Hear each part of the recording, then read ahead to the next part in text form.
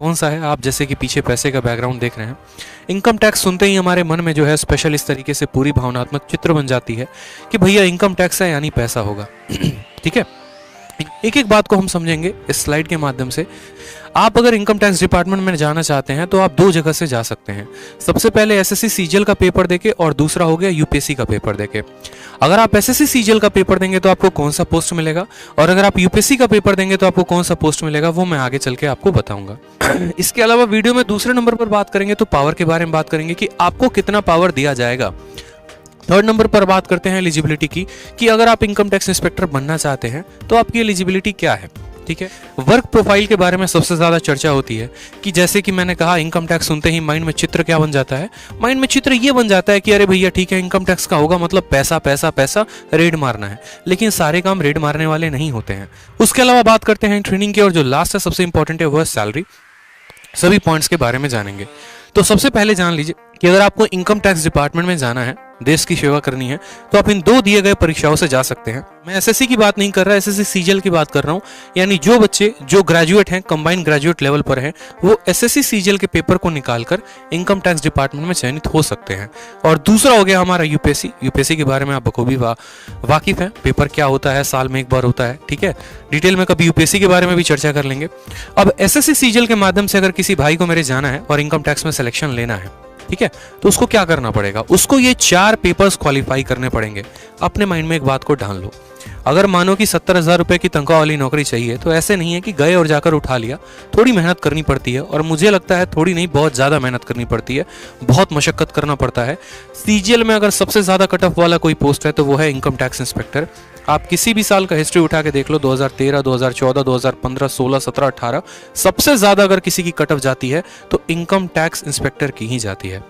इसमें कुछ बच्चों के डाउट होते हैं कि सर क्या इंटरव्यू होता है? तो नहीं भाई, इंटरव्यू नहीं होता। मोदी गवर्नमेंट जब से आई, बीजेपी गवर्नमेंट जब से आई, उसके बाद इन्होंने इंटरव्यू पोस्ट हटा दिया। उसके बाद बात करते हैं फिजिकल टेस्ट के बारे में। जैसे कि एक्साइज इंस्पेक्टर में फिजिकल टेस्ट होता है, अदर डिपार्टमेंट में, इनकम टैक्स में कोई भी फिजिकल टेस्ट नहीं होता। ना कहीं भागना है, ना कहीं जाना है, ना कहीं दौड़ना है, कुछ भी नहीं है, कोई फिजिकल टेस्ट नहीं होता है। टाइपिंग की टेस्ट होती है क्या सर? नहीं सर, कोई टाइपिंग की टेस्ट नहीं होती है। सीएसएस का पोस्ट है, उसमें टाइपिंग चाहिए होता है। विदेश मंत्रालय के पोस्ट के लिए टाइपिंग चाहिए होता है। लेकिन इनकम टैक्स इंस्पेक्टर बनने के लिए कोई भी टाइपिंग नहीं चाहिए होती। उसके बाद बात करते हैं पावर कितना है। तो आप रूबरू हैं इस पोस्ट से। इसमें खतरनाक पावर होता है। कुछ पल पहले यूं समझ लो कि अगर पेपर पर भी साइन करवाना पड़ता था तो लाइन में लगे होते थे, जाकर लोगों से पूछना होता था, बात करनी होती थी, 10 घूस कहानी देनी पड़ती थी। लेकिन चंद दिनों के अंदर आप पूरे भारत में छा जाएंगे, आपकी पकड़ हर जगह पर होगी। ठीक है, यहां तक कि अगर आपके पड़ोसी को भी पता और वो करोड़पति है और उसको पता है कि इनकम टैक्स में है, तो वो भी थोड़ा संभल कर चलेगा कि भैया कहीं अगला हम पे रेड ना मरवा दे। ठीक है, इस बात से ठीक है। बात करते हैं पैसे के बारे में। तो बिल्कुल 2 सोर्स ऑफ इनकम है। एक तो डायरेक्ट जो आपको गवर्नमेंट देती है, हर महीने अच्छे खासे पैसे आ जाते हैं सैलरी के रूप में भी है, और सोशल स्टेटस समाज में बहुत ज्यादा है। अगर आप एसएससी सीजीएल में किसी भी पोस्ट में अगर आप लग रहे होते हैं तो सबसे ज्यादा पावरफुल जो पोस्ट है वो इनकम टैक्स की ही है, और उसके बाद दूसरा विदेश मंत्रालय है। ठीक है, थर्ड बात करते हैं एलिजिबिलिटी के बारे में। आप कैसे एलिजिबल होंगे दोस्त? आप इस इंस्पेक्टर पोस्ट के लिए कैसे अप्लाई कर सकते हैं, कैसे बन सकते हैं, क्या एलिजिबिलिटी होगी?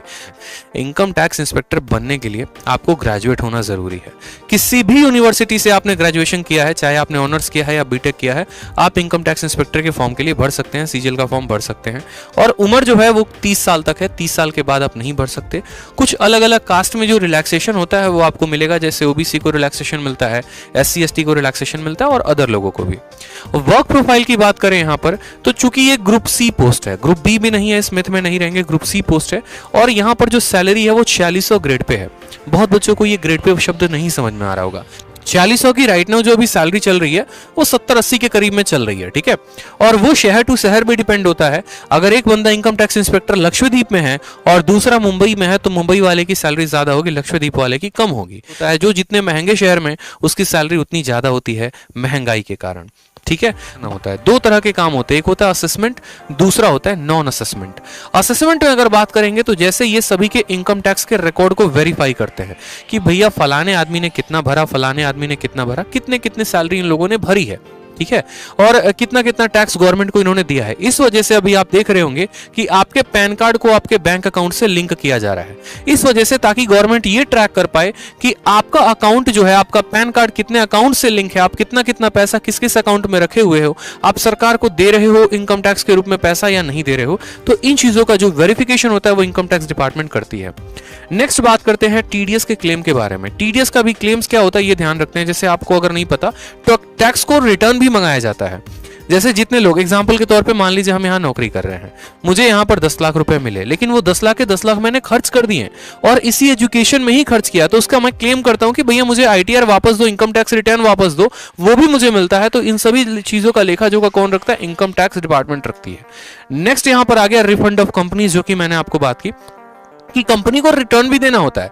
बहुत बच्चों को यही पता होता है कि यार सरकार तो सिर्फ हमसे टैक्स ही लेती है, ऐसा नहीं है। अगर मानिए कि मैंने महीने के 10 लाख रुपए कमाए और 10 लाख के 10 लाख मैंने लोगों को तनख्वाह देने के रूप में दे दिया, कि जैसे मानो 1 लाख रुपए मैंने किराया दे दिया, 1.5 लाख रुपए मैंने वर्कर्स की सैलरी दे दी, बाकी चीजों का मैंने बच्चों को बुक बांट दिया, तो क्या होगा कि जो मेरा टैक्स लग रहा है वो मुझे वापस मिल जाएगा। जो 60-70 हजार रुपए मेरे टैक्स में आएंगे वो वापस आ जाते हैं, उसके लिए मुझे आईटीआर भरना पड़ता है। तो ये सभी चीजों का भी लेखा जोखा कौन रखता है? इनकम टैक्स रखती है। इसके अलावा इंडिविजुअल लोगों पर भी जो नजर है वो हमारे इनकम टैक्स डिपार्टमेंट का काम होता है असेसमेंट के रूप में। ठीक है भाई, सभी वीडियो शेयर कर दो। मैं बार बार बता रहा हूं, अगर आप लोग को अच्छा कंटेंट चाहिए, वाकई में शब्द मेरे ज्यादा बड़े नहीं होंगे, मुझे ज्यादा चिल्लाना नहीं आता है, ज्यादा मुझे बात करनी नहीं आती है, लेकिन आप लोग को कंटेंट देना जो रेलिवेंट अप्रोप्रिएट होगा, जो जेन्युइन गाइडेंस होगी एक बड़े भाई की तरह, वो मैं जरूर करूंगा। तो हर जगह पर वीडियो शेयर कर दो, ठीक है। पोस्ट डिटेल खत्म होने के पहले 1000 लाइव चाहिए दोस्त। उसके बाद बात करते हैं नॉन असेसमेंट के बारे में। तो नॉन असेसमेंट में आपका सबसे इंपॉर्टेंट आ जाता है रेड।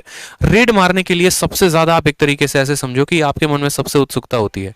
ये तो सभी काम होते हैं जो डेस्क जॉब होते हैं, जो आप अपने ऑफिस में कर रहे होते हैं, इसके लिए कहीं पर आपको जाने की आवश्यकता नहीं है। लेकिन हाँ, इसमें एक फील्ड जॉब होता है, वो है आपका रेड।